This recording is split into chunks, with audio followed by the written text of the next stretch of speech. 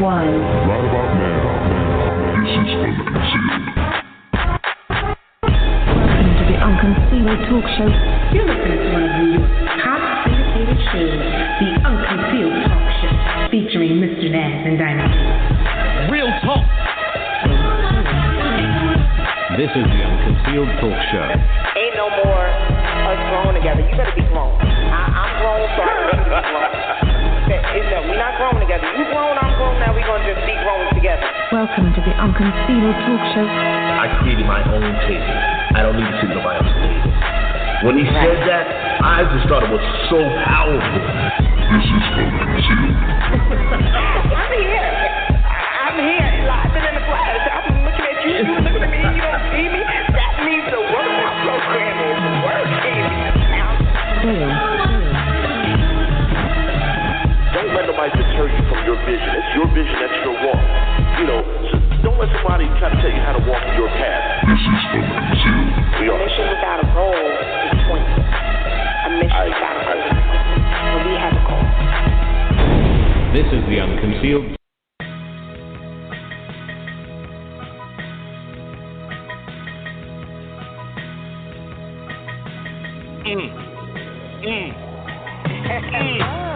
Yeah, motherfucker. Throw some D's on it. Yo. I'm sorry.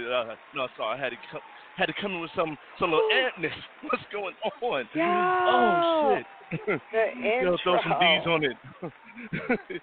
Yo. Oh my God. Yeah, What's going on? You're Welcome to the listening Unconcealed Talk Show. Show. Yo, we like up in here. I'm over here. You got the intro. Yo, you just and gotta we gotta get go. that amp going. What? What's the goal? Yo. Oh yeah, no, yeah. You don't. Yo, you remember when we talked about that? You remember that? You don't remember when we said we gotta go? We got a mission. That was it. That was a drop the mic moment. That was a drop the mic moment. Like, Yo, like, it was so drop the mic. Oh my goodness, I'm so impressed. What's up? What's up? What's going on? You got me all. Oh man, That's what you got to come kick in the door some fucking times. You just got to kick in the door. I mean, how are you? Oh man, you know what, man? I waving in complain. Why complain? You know what I'm saying? I mean, you know, I feel blessed, and yo, just before we can go any further, awesome show with you and the For Women by Women organization. The ladies, you guys did a phenomenal job. I just want to say that first. First of all, word up. Real talk. Thank you. I mean, They you guys were did the goddamn thing. I loved it. Yeah, it was awesome. I'm promoting, y'all. I'm promoting. It was an amazing time, and the thing of it is that all five of us still weren't together, right? So, but we are so on the same page and always making time for what we have to do. So, everybody, if you don't know what we're talking about Monday night on the Diamond Dee show. The women, my whole team from For Women by Women were there.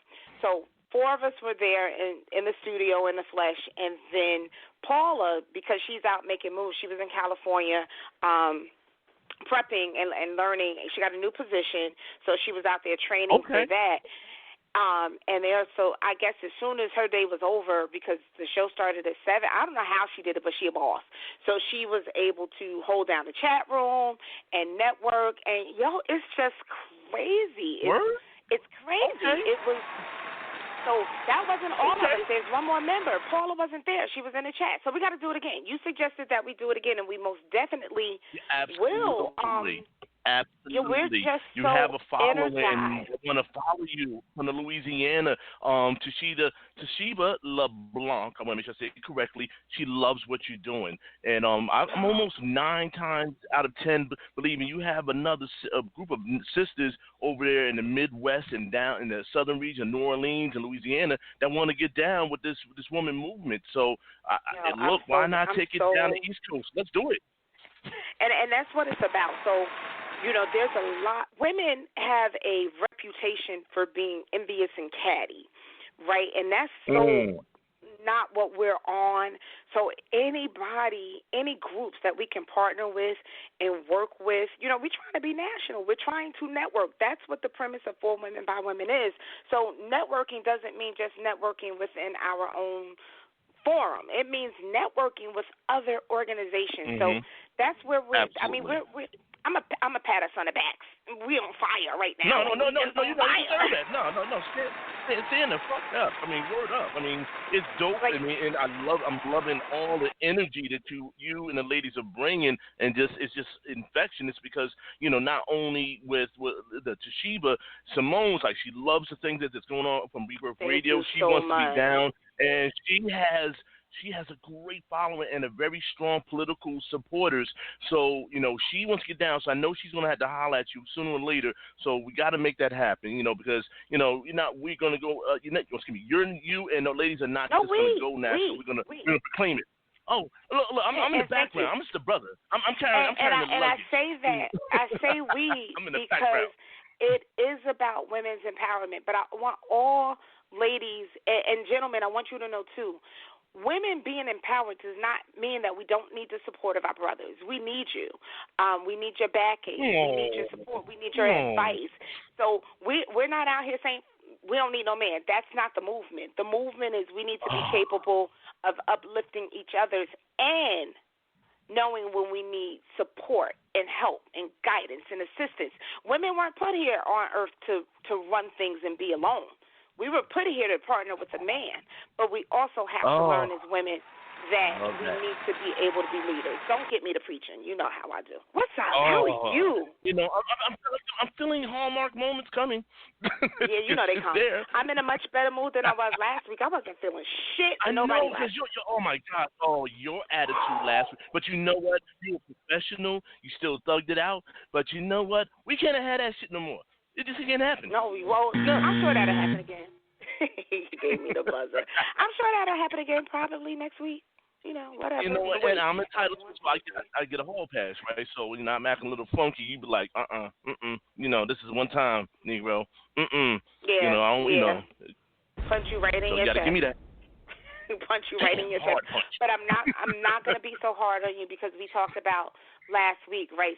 Stigmatizing men and making you all think that it's not okay to be emotional. So I'm not going to attack you, but I'm going to let your ass have it in the car. Even behind the scenes, right? Right. Exactly. Oh, my God, you're behind the scenes. Like, what the fuck? We're not doing that. Oh, well, listen. Just a quick little update on the network is getting bigger. Ladies and gentlemen, we got people that follow us, and sometimes we get notified or through our business emails and just I have a I have a podcast analytics system that I have us in, and I discovered that we are actually on iTunes and SoundCloud. So didn't realize that. Wait a minute. You are funny. I'm like, I got to do better. I'm like, but it's hard to keep up with all that shit. I'm gonna have to hire a goddamn assistant soon. But you are. You're just a hard. I don't know how you do it, where you dig the energy from, but I appreciate it. Like I said, I got you. I know. I feel like I'm not doing enough. But I'm trying. What are you not doing? What are you not doing, ladies and gentlemen? This young lady here has got she's got a promotion job, which requires a lot of her time. On top of that, she's running one of the top viral shows right now that's coming out on Facebook with the Diamond Dee Show, and it's blowing up at our numbers, of course. So we support that, and we're happy to be a part of that. Just our little 2 cents, but we're happy to be part of that development, and we're just honored. And she got the For Women by Women going on, and also people got to understand she's a professional. She does hosting of different events, various stuff that goes on, with your event, and she's a professional. So, with that, and also she has to maintain a family. It's like grandma too, and she got to maintain, the household, and that's all part of being a phenomenal person. You talked about what I do, and there's a lot of people like yourself, a lot of good brothers, so we have to, as a community, support those people You know, if we got so many people doing positive things, instead of kicking our brothers and sisters down, let's network. Let's uplift them. Let's cheer when they're doing good. Let's not try to throw some goddamn funky ass shade because somebody else is doing something. It may not be for you. It may not even be your cup of tea, or maybe that's not your lane right there. But honestly, real talk. Let's cheer for those who's making real moves. And you know what? You do what you do. You do what you do, and let's collaborate together because everybody can't do everything. Like I can't do everything. God damn it, I can't do everything. But you know, I don't want to preach either because you know we talk behind the scenes. You know, I'm just saying. How was your week? right. But no, I mean it's busy and blessed. That's my hashtag. Ooh, I like that. Busy I like that. Busy and blessed. Can we market that? Can we market that? I think we can. That's deep. You know, you'll have billboards because you just be like, yeah, now we're here, there. But yeah, busy and blessed. Let's market it. I like that. But we got. You know, we know what we got to do. We got to create some hashtags. Because you know, when I was doing the analytics, we have to do better with our hashtags.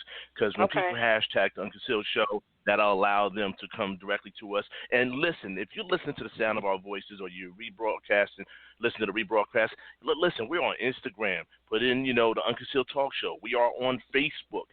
Check us out. Please, by all means, we encourage you, like the page. You know, talk about us. If you got some input, put it in there. Let us know. We don't give a damn. Just be a part of the process, you know. But we love our followers. We love our, you know, people that listen to us. And if you got some criticism, you know, we're thick-skinned. We're grown-ups. We can handle it. Yeah, I mean, but we're trying to be the best. If it's constructive, we'll take it. If you come in goofy, we're not here for goofy, but constructive criticism is always welcome. Because again, we're committed to quality. Everything that I'm associated with, I'm being committed to quality. So if you're And my quality, what I consider quality and what you consider quality may not be the same, so don't be offended when I say I can't be a part of that because that's not quality to me. It's a matter of my perception and my opinion. So there's going to be some salty folks out there, but that's okay.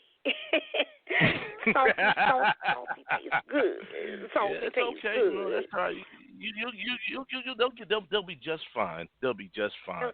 So with that being said, should we go into that black moment? I mean, we're about a minute to. We're still good. Can we? Do you think we can do it? Black. We can do it because we have already. I gotta get that clip. I gotta get that clip. Black. We cannot skip that segment. Oh my God. I'm black and I'm proud. Yeah, let's not get it twisted. This is African American Month, but we are celebrating the excellence of African Americans throughout our world and our nation because it's very influential. So, being that Diamond Dee always does a lot of the research, but you know what? She said, Naz, you got to pick your goddamn game up, and I listened to her. You know, I'm just saying. You felt it. You felt it, but that never came out of my mouth. See, fellas, that's what you gotta understand that language. Pay attention to details. The woman may not say it, but you gotta pay attention. But anyway,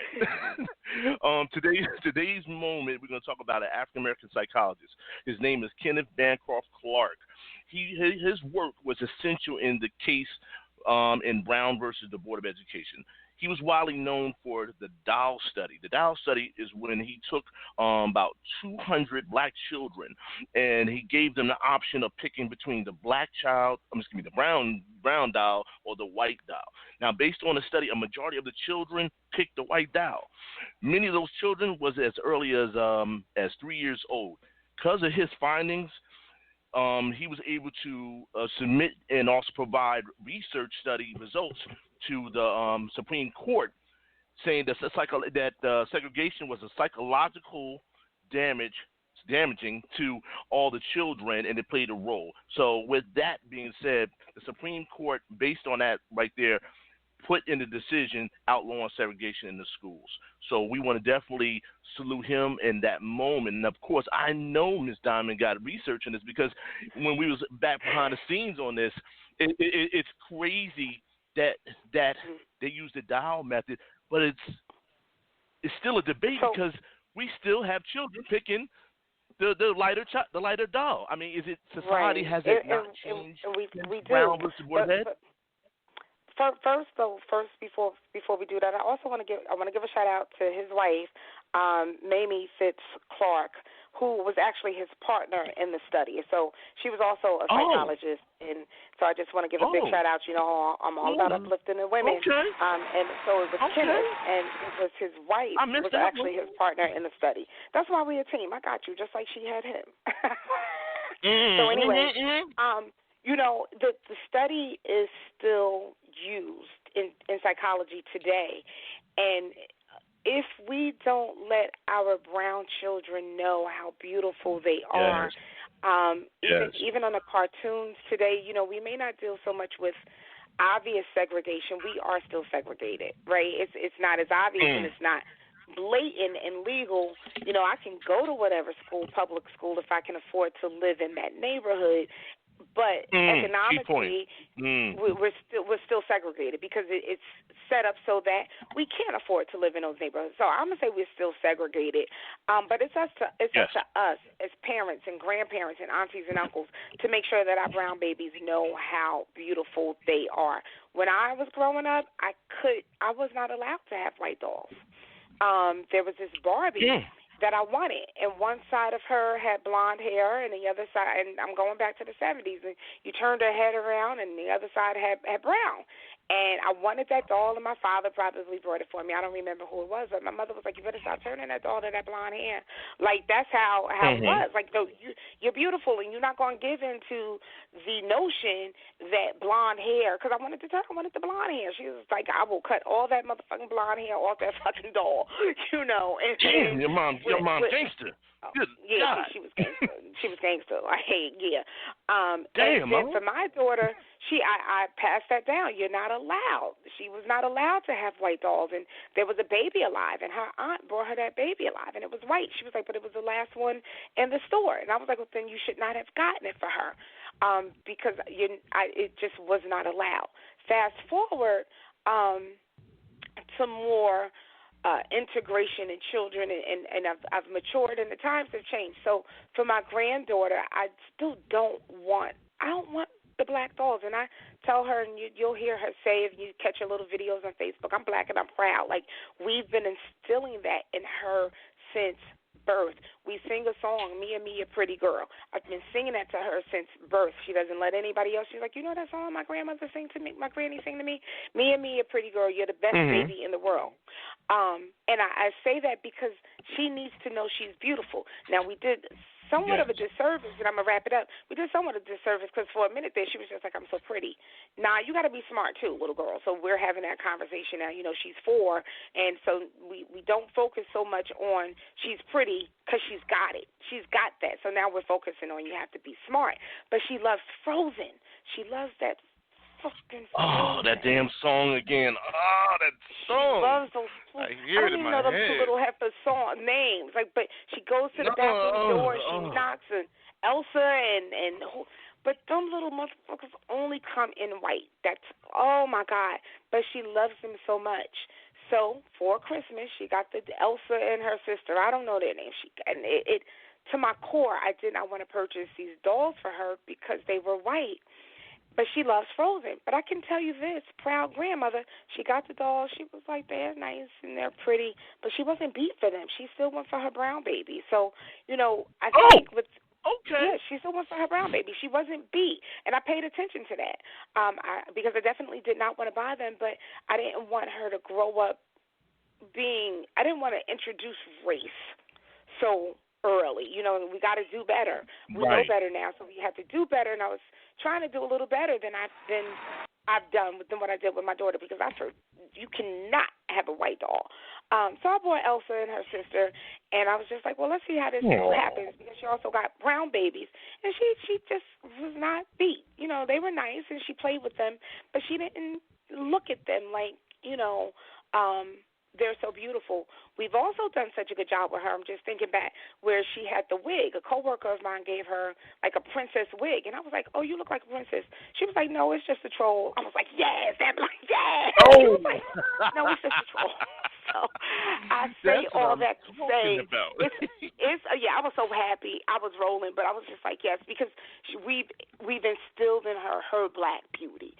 So it's up to us as parents, grandparents, aunties, and uncles to make sure that even if you buy that white doll, even if they look at that white doll and they think it's attractive or they think it's pretty, that they know first and foremost that they're even more beautiful than that blonde hair and blue eyes. It's up to us. It's up to us to make sure that despite the commercials, despite the ads and all of that stuff, it starts at home. I know that sounds cliche, but that's what it is. You got to be blackity black. You have to let your babies know. Don't call them nappy-headed. You know, all of that, all that old school, get your nappy-headed. Don't, none of that. You know, stop permanent hair so early and just don't get me started. But anyway. Shout out. I love it. To the Clark. That's our favorite Laugh and Loud moment. Yeah, that's one of our moments. But, first of all, I want to commend you. Excellent. Ladies and gentlemen, when you hear someone talk from passion, they talk from the heart. And you can just tell that, Miss Diamond just loves her grandbaby. You can hear it. You're like, almost you can see her smiling. You can hear her smiling. Remember they had to ask me, do you have any wake-up pills? Oh, that was the best. Ladies and gentlemen, you may have to repeat that again. Some people don't understand what you said. I'm sorry. The show is not about my grandbaby, but her personality is so huge. Tired in the morning. She said, "You got some wake-up pills." I was done. Because we get her melatonin and send her ass to sleep. So she's like, "You got to wake-up pills." Damn, you was like. Oh, I'm sorry. Yeah. All right, we're gonna talk about your granddaughter, but in a positive way in another show. But I want to touch on this for like 3 minutes. 3 minutes before we go to quick commercial, and back to this topic. I want to address, because you talked about the beauty of supporting our kids and stuff like that. Now I know this is going to be on another show, but it's a controversial situation going on. Dwayne Wade, you know where I'm going with this. You talking about embracing our children and what they're doing. Dwayne Wade, from my understanding, his 12-year-old son, which he has identified as his 12-year-old daughter Zaya, he knew about the gender. Now, I believe from my understanding is they're going to start the process of the what is the word when you're changing sexes? The pills and and now mind you, the child is 12 years old. Is it too early? Completely. See, now that's where the debate comes in at. Now, it's okay. It's understandable. But I have to ask you, because, the reason why I'm going this way, because we talked about the beauty in supporting our children. And it's all going to tie in with this topic, and supporting the beauty in who you are. But are we doing injustice? Is it too early what Dwayne Wade and Gabrielle is doing in supporting? I mean, of course, they love their child, which he referred to as daughter. Is it too early? I mean, at what point do we be the parents in this? You know what? Because I'm conflicted with this, but I know everybody. It's a strong debate. I've heard people arguing today over this, which I don't get it, but that's mine. I think that I would be. I mean, I'm looking at Zaya right now and really like straight up changing my whole thought process, because Zaya looks just like a little girl, like straight up. Right. But to go through the process. You're talking about the process. Yeah. But they say that people are born gay. Now you got some people out there that's just nasty, and later on when they get in, like, they just want sex. They want it for man, woman, boy. I shouldn't say boy, child, but they, goat, dog. They just want sex. But people that are gay, homosexual, or they know they're born. And now, mind you, he said that. He said as he knew his daughter was that way since 9. Now you talking about this we loving on our children, and we trying to embrace the beauty that they have in them. But do we have to how much embracing it are we so early? And I don't know. I want to say it's too early, but I'm not experiencing it, so I can't really speak on it. It's a tough one. I know it's a tough to say one. what you would or wouldn't do when you're not faced with it, when you're just reading about it. But I'm looking at Zaya right now, and Zaya does not resemble a boy in any way, shape, form, or fashion. The stance, the body type, the facial features, there's nothing masculine about this child. Right. So maybe it's not just we gotta love maybe. You're loving this child. Right. He's loving it. I mean, I would. You're beautiful and everything, but you're supporting all that beauty that she is, and now you took a step further. I'm gonna help you embrace your beauty with this medical process to convert what you. That's so early. But You see, her biological mom is not down with it though. See that, and I guess that's a definite argument in the courts. See, I wanted to bring that up because it's a tease segment that I'm giving not just for us, but for our listeners, because I know there's parents out here. You know, it's a conversation. People don't want to have that uncomfortable conversation, but sometimes we have to have that. You know, in order to move forward, because there's a lot of parents, there's a lot of men, young and old, who don't know. They can't identify who they are. They're confused. What kind of conversation are we having with them? How do we help those? Because you here on one end, you have the families who grew up in the spiritual foundation. They have certain ground, I guess they would say, rules in their religion they go against. But then you have people who's confused about their sexuality. Then you have parents who's confused. Yeah, I don't want to hate my child, love my child. I want to support my child. How is it when you're, with society, we're embracing black beauty, you're beautiful, and so forth and so on. And your child say, hey, look, Mom, your boy comes to you, look, I'm a girl. I want to start becoming a girl. I want breasts. At an early age, what do you do? That's, like you said, it's easy to say because you're not in the situation. But I think there's a lot of people out here who meet these challenges as a family, not just as in the immediate family. I'm talking about there's just a scrutiny of the other surrounding family and the community. You want to protect your child. You want to embrace the beauty. It's a lot to go on. I mean, I said that because you kind of like when you talked about your granddaughter, it's like, how did, we want to embrace that, and that's beautiful. She's embracing the beauty. But what about those kids who just, I'm not even going to say confused. I can't say confused, honestly. I can't. I will have to do research on this. But, I wanted to bring it up because, the kids your parents love and your love. They're not in the right body. Right. So I have my computer froze on me, y'all. I'm sorry. I have a family member who I always knew from the time they were very, very young that they were gay. And when they came to me to tell me, in the middle of the night, come out on the porch, I got to talk to you. I'm like, damn, did they contract a disease? Like, what's going on? It's it's the middle of the night. And when they told me, I was just like, you really woke me up for that? Child, I've been doing that, like real auntie mode. I was like, child, you woke me up for that. But it was a relief, and I needed to be that person that didn't judge them. And I never have, and I wouldn't, and I love them to this day. But if that same child, who was a teenager at the time, had come to me and said, and I want to completely change, I want to transgender, I don't know what I would have said. I have a friend whose daughter transgendered into a male and changed her name and everything, and we love her or him. Still the same, and I'm not going to lie. I still struggle with calling that child by the new name, by the male name, because I've known you for how many years? They transgendered as an adult. I've known you for how many years, and it's hard. But you have to, if you love a person and they're not doing any harm to themselves or to you, you have to respect them and learn.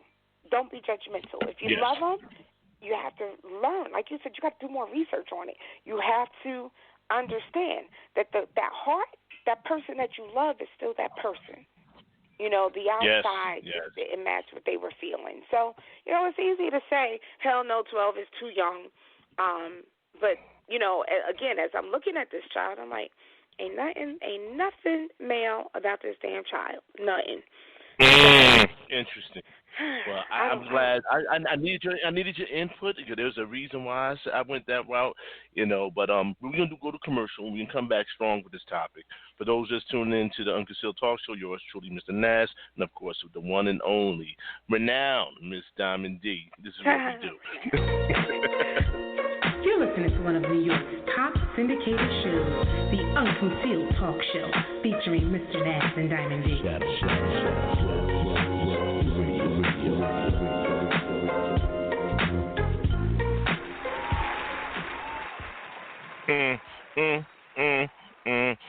Oh, okay. All right. We're back. Tonight's topic is conversation with your past. Now, well, before the brief commercial break, we talked about, some of the things, with children, accepting some of the things that they do. But now I say that for a reason. When you have a conversation in your past, you have a lot of people, myself included, and I'm pretty sure Diamond can agree, and those listening, you kind of want to say, damn, why did I do that shit? I mean, did I really fucking do that? Could I have made a better decision? My mother told me this. Or maybe it wasn't your mother, or maybe your father was in your life, or maybe your mother was in your life. But you had somebody telling you something, or maybe that person in your ear, that constant. Remember we talked last week about talking to your fucking self? And maybe that person was saying, you don't need to be doing that shit. Don't get in that stolen car. You know you don't need to be sitting there sleeping with that girl. You know don't she let just that slept boy with come over your house. I'm sorry. Sorry. He talked. Right. I had a visual. I told you his ass gonna come out. Right. Oh God. Oh Lord, have mercy. I'm sorry. I just started reminiscing on climbing, doing things I wasn't supposed to do. Oh Lord, if that father would have caught me in his house. Oh right. Jesus. So you would tell yourself now, like, don't do that shit. Don't risk your life. But the conversation, if you had an opportunity to talk to yourself, I mean, a lot of times we talk about things that happen around our world, but like you said, people are visual. People want to know who we are as hosts so they can relate to it and kind of say, I can relate to that. Diamond, if I had to ask you, what's one of the conversations, if you had to talk to the old Diamond, now I don't know what the other street names was, if you had to say one thing that's come to the top of your head, what's the one thing you would have told the younger you? And give us the year, too, that you knew you was just fucking up. I would go back, and all right, so we can do this in segments. 10 years ago, I would go back and I would tell myself, you don't need to help. You don't need to help him. You don't need to just settle. You don't need to just be with somebody because you just want, because you're used to being with somebody. And again, I'm pretty transparent. So I went through my first marriage, and we were just young. We just kind of grew apart. He needed to experience life without me, and vice versa. I didn't know it at the time, but once I got a wind of it, I was like, oh yeah, life. But then after a while, I'm like, you know what? I'm ready to settle down again. But I had gone through some financial struggles and some things, and I felt like anybody that had what I thought was their shit together, for lack of a better term, probably wouldn't want to be bothered with me because I didn't have my shit together. So I settled for somebody else who didn't have their shit together, and while I had a plan to get my shit together, they did not. So I would say to myself 10 years ago, get your shit together. Get your shit together and don't worry about being with somebody else. And when you get your shit together and you're comfortable in you again, then you go out there and you meet somebody instead of settling for someone that don't have their shit together. So that's 10 years ago. And then one thing, then we're going to hop back and we're going to go back 34 years ago.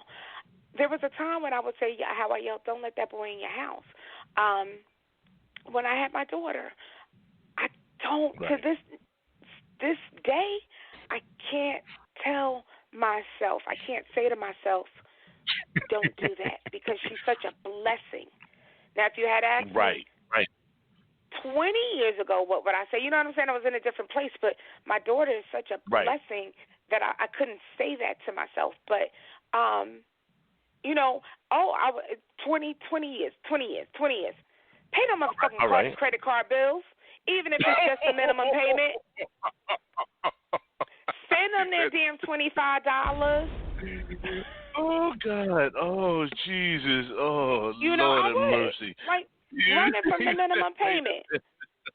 Pay them the motherfucking to index their minimum payment. Because if I had done that, I would be trying to rebuild. I mean, now my credit is the shit. But if I had paid that minimum payment, my fucking credit wouldn't have went down, and then 10 years later, here I listen. I got so much advice from my future. I can't agree with you on that one. I'm still, I work on my shit. Whatever. Listen, I still got bills. I just know I pay my minimum payments when necessary. I try to pay, but I worked hard to rebuild my credit. But now I want to be perfect, and that's the other thing. And I know I'm monopolizing this, but I would tell myself, you ain't got to be perfect. It's okay to make a mistake. Make your mistake, learn from your mistake, and move on. You don't have to be perfect. You know, like I said, damn, you overcharge them shit. You can't run from it. Give them their minimum payment. Cleaning up your credit is a mother. That's not easy. You know, glory be to God, I've done it. But cleaning up your credit, I'm afraid. Like, you know how I am. You talking about buying flat screens and shit this morning. I was like, no. Damn. We gotta go tell everybody, tell all the house business. God damn. Yeah, because I am the frugal one in this damn relationship. You out there like, nah, we gonna flash in the background. You did, and I'm like, no, you know, because goddamn right, exactly. I'm like, you better if you don't get this. I'm right at Dollar Tree. I'm right at Dollar Tree. I'm about to run in here and get some Etch-a-Sketches. Right, because you got to pay the minimum payment. What's an Etch-a-Sketch? We may have to tell our youngins, like, what's that? Google the Etch-a-Sketch. All heads know what the Etch-a-Sketch is. But those are the things that I would say to myself. You don't have to settle. Pay your minimum payment. That's real talk. Pay your minimum credit. Pay your minimum payment, because without credit, you can have all the cash in the world. If you don't have credit, ain't nobody messing with you. You're not. You need credit. That's your reference. That's your reputation. And again, don't settle. You don't have to settle. Get your shit together. Stop trying to find somebody on the same level as you, when in fact they're not even there. They don't have a plan. So get your shit together. Love yourself first. Learn to love yourself. Learn to be alone, and then go out there and find somebody. That's what I would tell myself. That's what I'm talking about. That's what I'm talking about. And that's your message from Miss Diamond, because you got potential, and you got potential. You ever seen that commercial? That shit funny as hell. Right. Fucking nose is growing. Pinocchio, y'all seen that commercial? Right. Pinocchio's like, and you got potential, motherfucker line. That was me. Yo, I'm gonna have to download that shit. Right. Oh my God, I got download that funny shit. It's funny that you use the word potential, because one day on the Diamond Dee show, somebody that's my age or older was like, yeah, but if he got potential, I was like, fuck that motherfucker's potential. He better have potential. Like, I can't. No, your potential can't do nothing for me. What you just said? Damn. Fuck his potential. I don't believe in potential anymore. Damn. No, you have to. Damn. You need to be potentially about to retire securely. Like, I'm not beat. That's just where I'm at in life. And somebody was like, oh, you sound like a gold digger. I am. I'm digging my own gold, and he needs to be able to dig his own too. I am. I'm a gold digger. I'm not asking for your handouts. But what I'm asking is that you have your own plan. Don't come over here. See, you got me started. What would you say to your damn self? I'm sorry. You're like,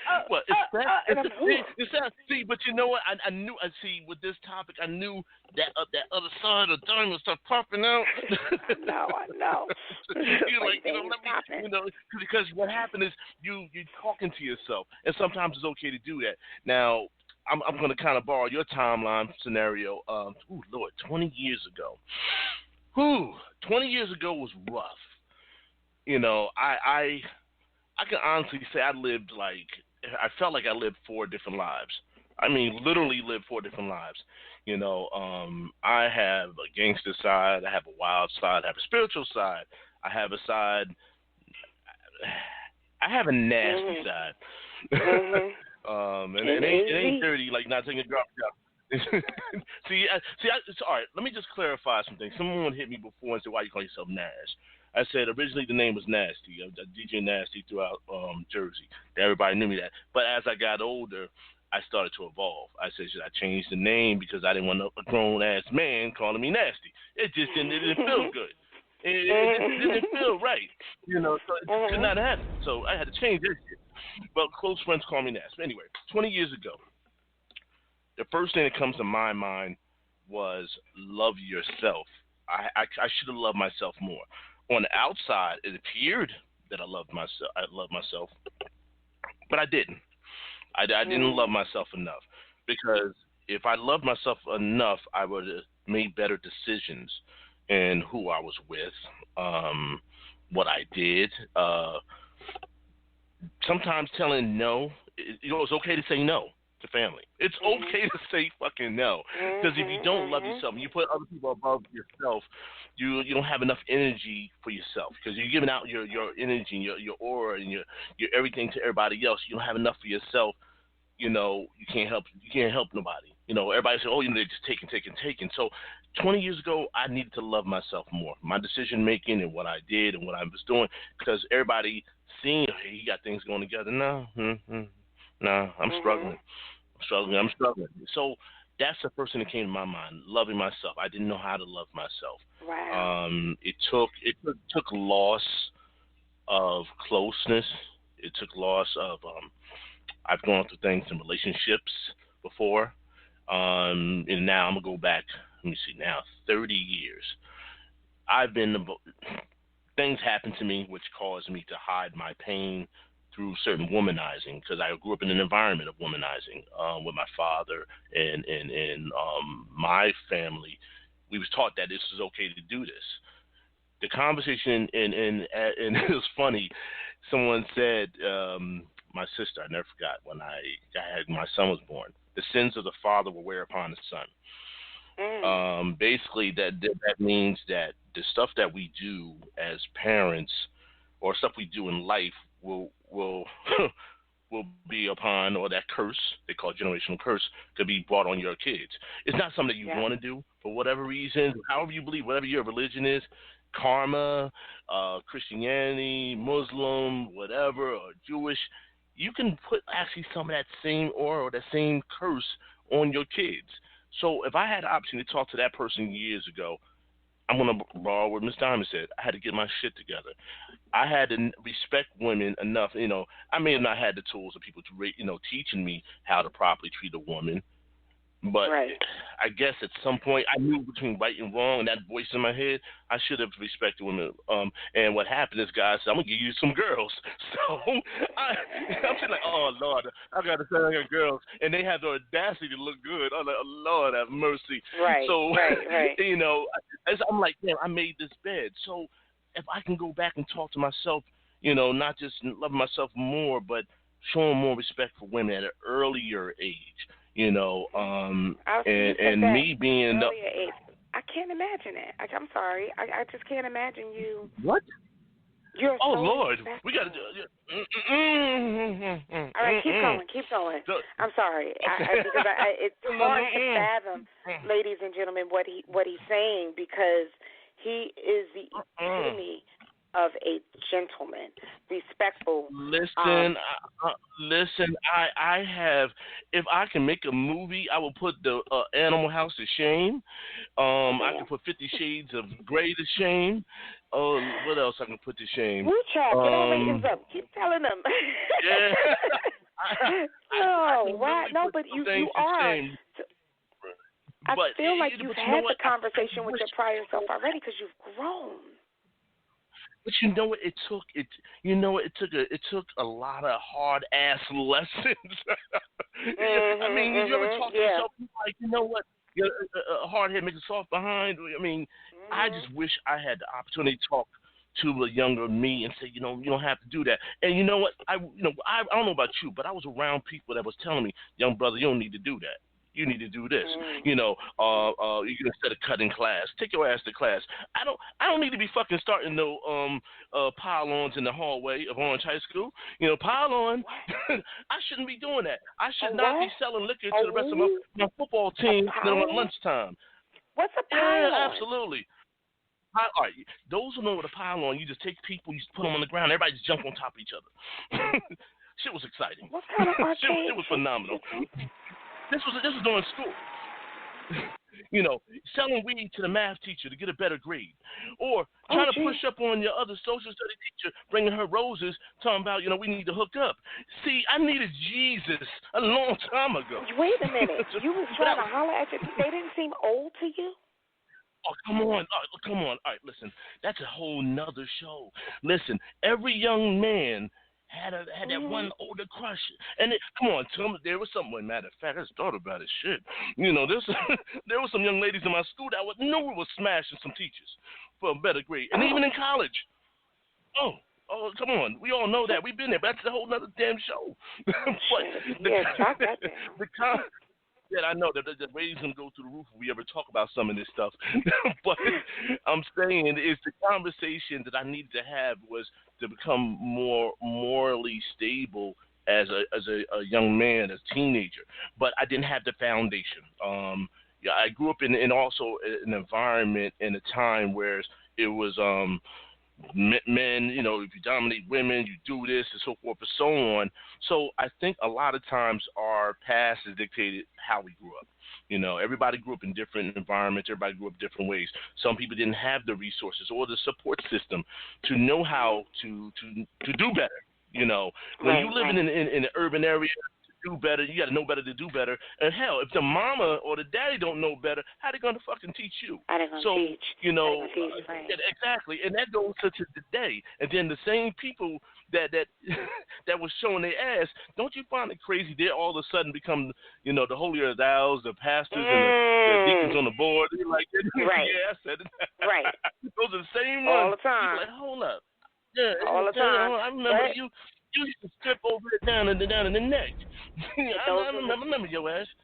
I don't know exact scripture, but it says that though, you know, who was the disciple that God used? You know, He uses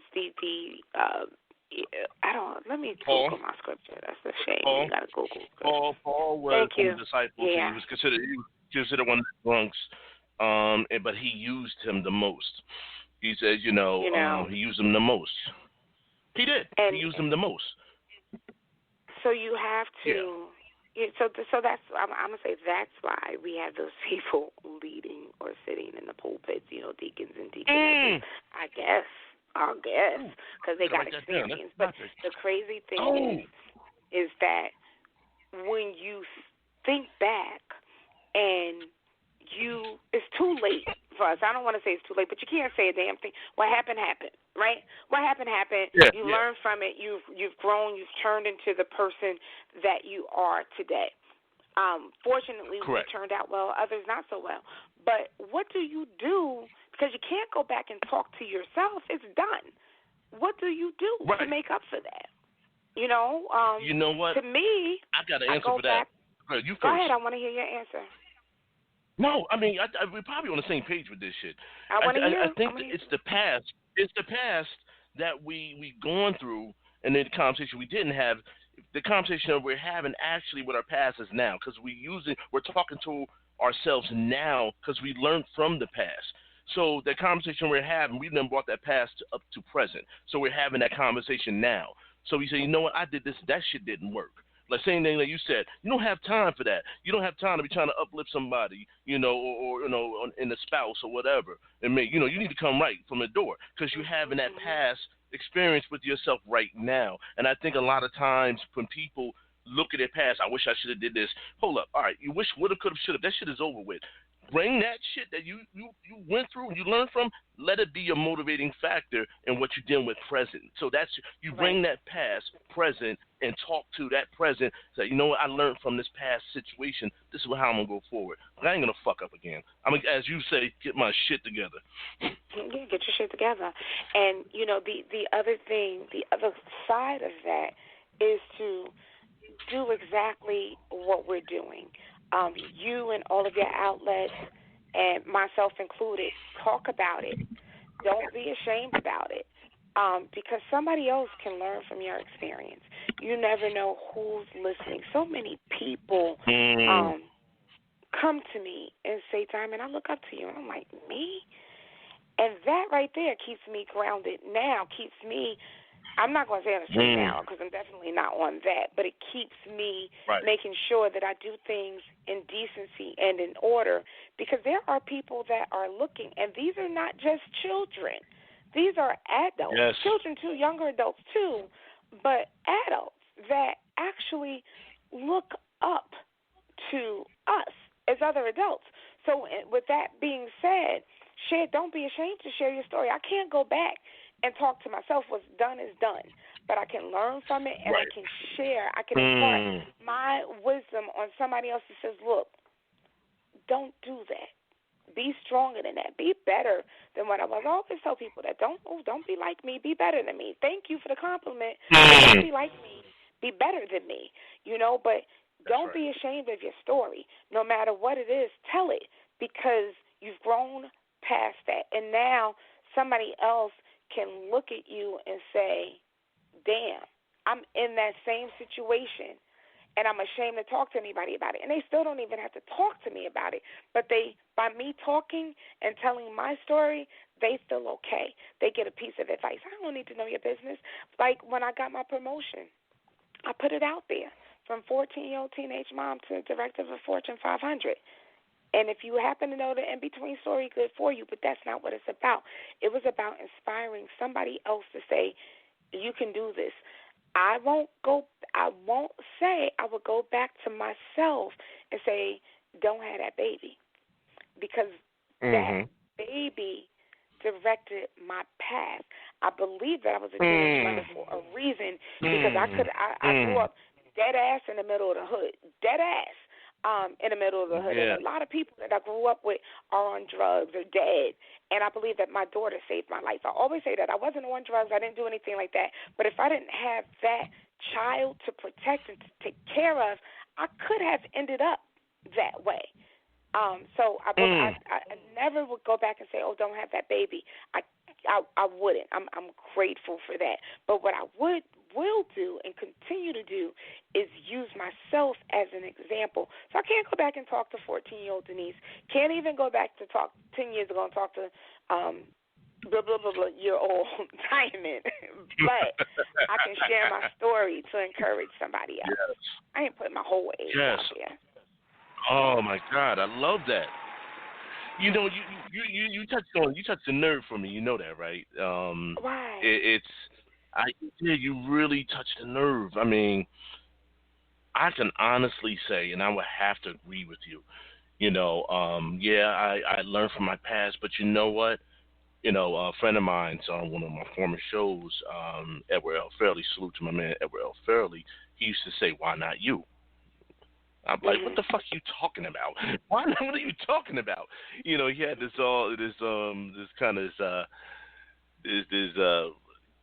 kind of Buddhist. I don't know. He just had a weird way of doing things, but he always brought things to the point, and I love him to death. A way of looking at things. Why not you?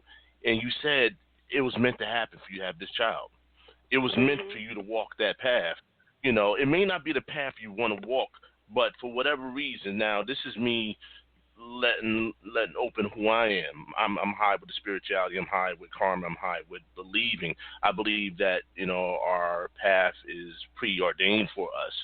So if it wasn't for me having my son, and my son sparked everything for me. He was the pivotal change in my life. Like yourself, if I did not have my son, I'd probably either be dead or you know what?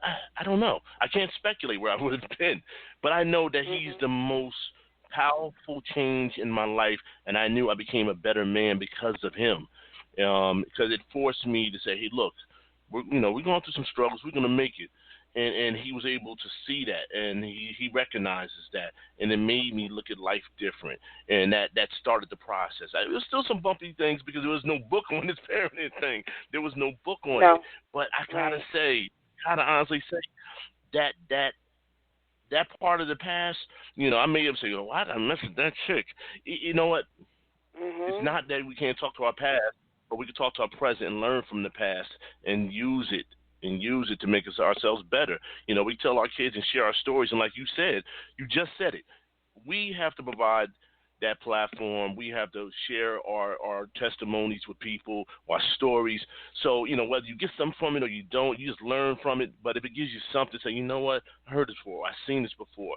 Pay attention to that, So I gotta honestly say, you sparked that in me, and my son, like yourself, like with your daughter, she was from, our children changed us, and if that's what it takes for you to become a better person or a stronger person, so be it. So, salute to all our parents and our children who are true blessings, and our grandbabies are true blessings. We love them all. But oh my God, yes, we do. But however, we are at that time again. We have some good. I enjoyed this. I felt like we're by the fire sipping some wine and just kicking it. I don't have my shoot. No, I got reading the soundtrack in the background.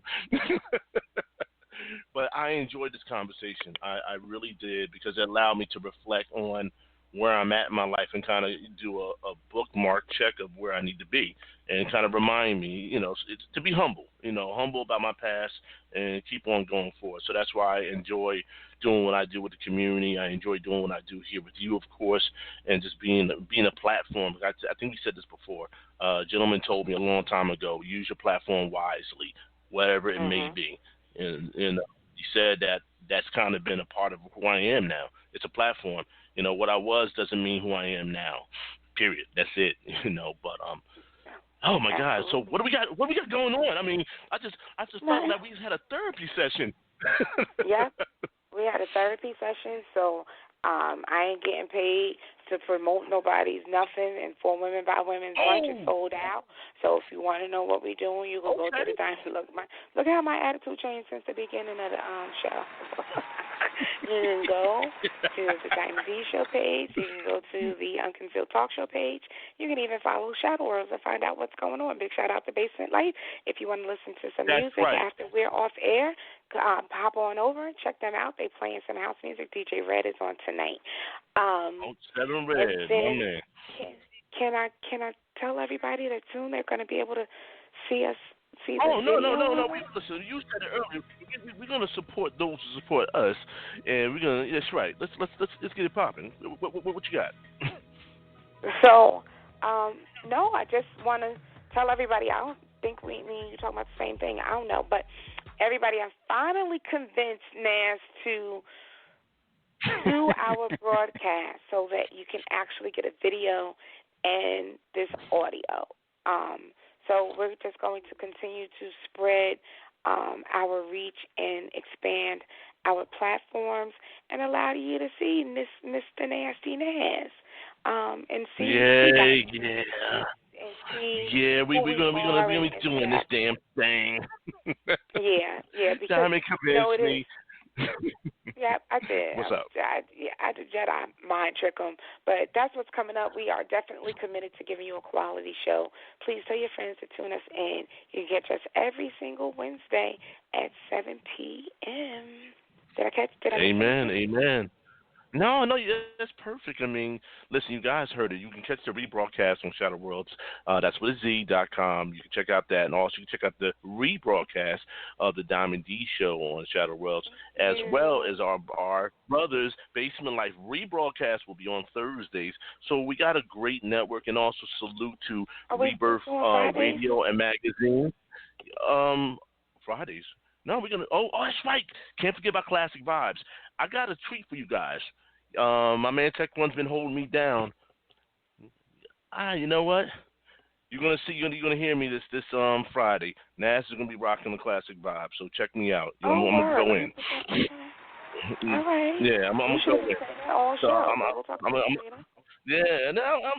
gonna show. I'm gonna let the people listen. Some key cats haven't heard me in a while, so I'm gonna show. I'm gonna bring that New York Brooklyn flavor out. That's that New York and Brooklyn Jersey thing that I'm gonna bring with that classic, that two-step, those who from the area, block parties, just having a good time. I'm going to go in the crates a little bit. We're going to have some fun with it. Listen, salute to all my house DJs that's holding it down. Because, listen, real talk, I'm not a house DJ, but do I have it? Yes, I do.